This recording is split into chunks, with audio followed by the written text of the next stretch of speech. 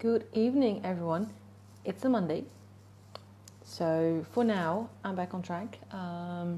My family's flying in tomorrow, my mom and my brother, and they're gonna stay until next Tuesday. So I might do another Tuesday video next week. Let's see how much time I get to myself this week. Topic for today, or a question for today maybe. Can you resist the urge to control so that you can create what's meant to be? And this is all about going with the flow, right? Going where your intuition wants you to go instead of blocking your intuition or your inner muse, whatever you want to call that. Blocking it by thinking you know where you need to go, and then trying to get there, and then not picking up any signals or signs along the way that maybe you should be doing something else. So since that is all about like going with the flow, surrendering, giving in, I did not prepare this video because if I ask you to resist the urge to control, maybe I should try the same thing. So why this topic? I've been talking about this a little bit, like in other, like in posts on Instagram, also a little bit in the videos, but as you know, like since I moved here, so I moved from the Netherlands to Cyprus. I'm much less of a workaholic than I was. Like I'm working, like I'm creating all the time, like I have new ideas all the time. But there's a much more healthier balance in terms of like taking the day or half a day off, going to the beach, going for a swim, going sightseeing, doing fun stuff, like hanging out with my new friends, the people from the village. It's much more in balance. And ever since I got here, like the craziest idea have come up. Like if you told me, well, 3 months ago, if you told me you're going to work on a book on this and on this, you're going to work on that, and that's something you're going to work on, and this is where you're headed, I would have laughed and go like, no, that's not in the cards for me, like literally. Since like I'm doing much more with tarot these days, which I always said I wouldn't like connect to my writing and editing business and my coaching business, but now I am.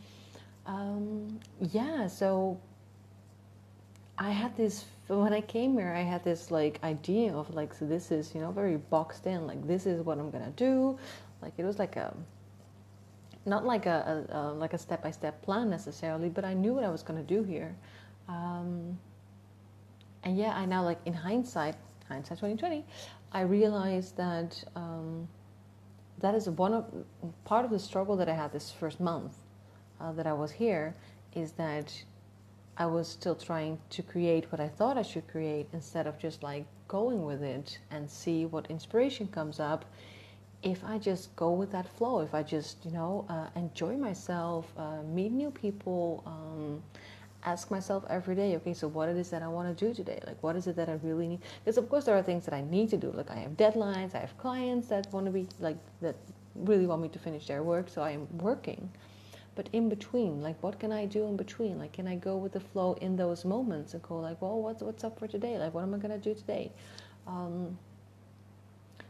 Interestingly, ever since I started doing that, like I said, like the craziest ideas have come up, and I'm like, you sure this is what I should be working on? Like I can try. Like it's I never thought I would, but they sound like fun projects. Just I didn't know that was what could be like aligned with me, So yeah, that's why that's been for me the hardest struggle here. Like letting go. Like of course, like I come from a country in which everything's super efficient and everything is like if the bus stop says the bus will be there 3 minutes past 8, if it's 4 minutes past 8, there's a number you can call to complain, because you might miss your connection, because everything is very efficient and everything, everything works as long as it works, and if somebody somewhere drops the ball, like the whole thing derails.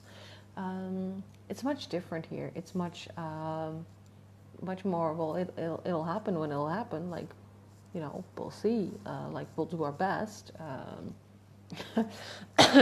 They have this saying here, saga saga, it means slowly slowly. That's something And that made me slow down, go with the flow more, and just, follow my intuition, see where things end up. Don't rush anything. So for me, that's been very productive in that it gave me like a whole bunch of new ideas that I would have never considered actually chasing a while ago. So yeah, so this is why I think it's important to stop. Like it's so important to know where you're headed.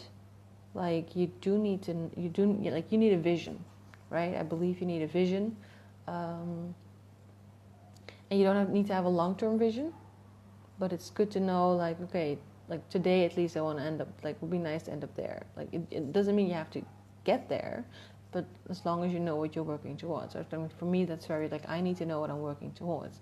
But the idea is to then not become a control freak about that and go like, now I actually have to, like, get there where I said I was going to go. No, it's just as long as you have direction, but you also allow for some detours or maybe even like a complete derailment, if that is in your best interest, you should be able to go with that. But that doesn't mean you don't need that sort of like, this is where I'm headed, so this is what I'm working towards, as long as you're ready to go off that beaten path, basically.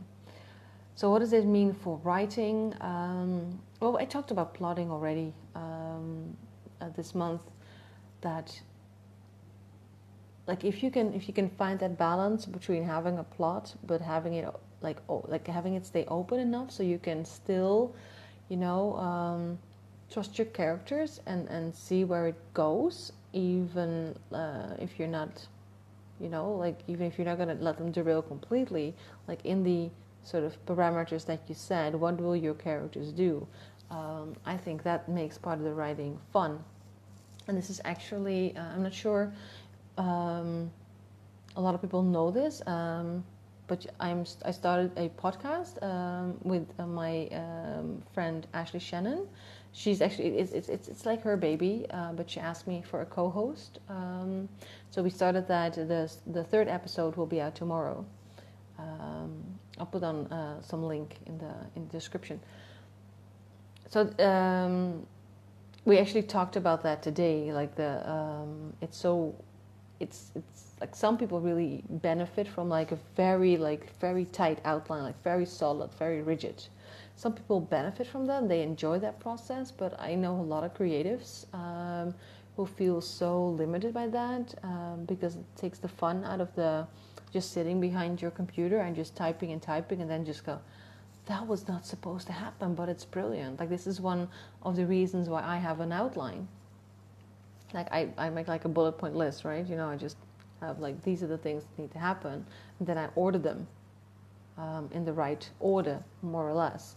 And then I divide them in chapters. I put them in Scrivener, and I just go by chapter or by scene. Actually, like I eventually like take them apart like on a scene level, even like, so this is a scene, this is a scene, this is a scene. So yeah, so that could sound like really rigid. Like I have an outline that's like 8 pages long. No, 6. No, it's not 8. It's the double. So 16 or so.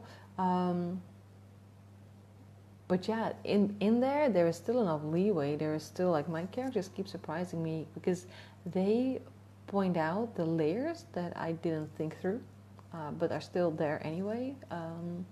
So this is also for me like going with that flow. It's like if you have too rigid an outline, then you're really controlling the whole process, and then it's no longer, you're no longer inviting that spark, that moment you go like, what just happened? Like I'm just typing here. What just happened? Like this is brilliant. Like you don't create that anymore. So I was talking, and Ashley is one of my coaching clients as well, and she also said that like, if she does a really solid outline, she'll be bored by the book by the time she has to actually write it, and then she's just like, yeah, no, never, like let's not bother. So yeah, too rigid an outline can be not good for the soul, so to speak. So it's all about getting like that, like finding that like that balance between the two. Because like I said, like it is really good to have a vision of, this is, even if it's like a vague one, like this is approximately where I would like to be, and it doesn't have to be, it's not set in stone. Like you can still reflect on it like every few months or so. If like some people do it every year, some people do it every quarter. Just reflect on it and see if that what was right for you, what is right for you now, like in 3 months or in 12 months or in between 6 months. You could go and check in with yourself whether what you needed at this time, like today, do you still need that? Did that shift? Like, did your priorities shift? So it's really good to reflect on that as well, in order to find that balance between having a vision, knowing where you want to go. So you do have a drive, you do have this. Okay, at least I know why I'm doing this and where I approximately want to end up, and then of course the other side. But you'll take it the way it comes, and you'll just, if you do need to really upturn your plans, you will, if that is for the best, for your best interest and for your project. So yeah, are you a control freak? Are you able to resist the urge to control and just like let it go more freely, or do you really need to feel like you're in control over the entire process? I'd love to know if you want to like send me a message. Okay, that's it for today. I'll see you next week. Last video of the month. Don't forget, 29th of May, I have another heart-to-heart, this time with the Mertones, and we're going to talk there. So they're Laura and Daniel. They're married. They've been married for quite some time, and they co-write fiction together. So we're going to have an honest conversation about what it's like to write with your spouse. And they did promise me that there was going to be an honest conversation. So let's see if I can keep those. So that is not, you'll see me before. That's on the Wednesday. So that's not next Wednesday, but this Wednesday, but the Wednesday after that. So yeah, I'll be here before, but just if you want to go to the event, I'll put the note in the link in the description. If you want to go there, do sign up, because then we'll know how many people are there.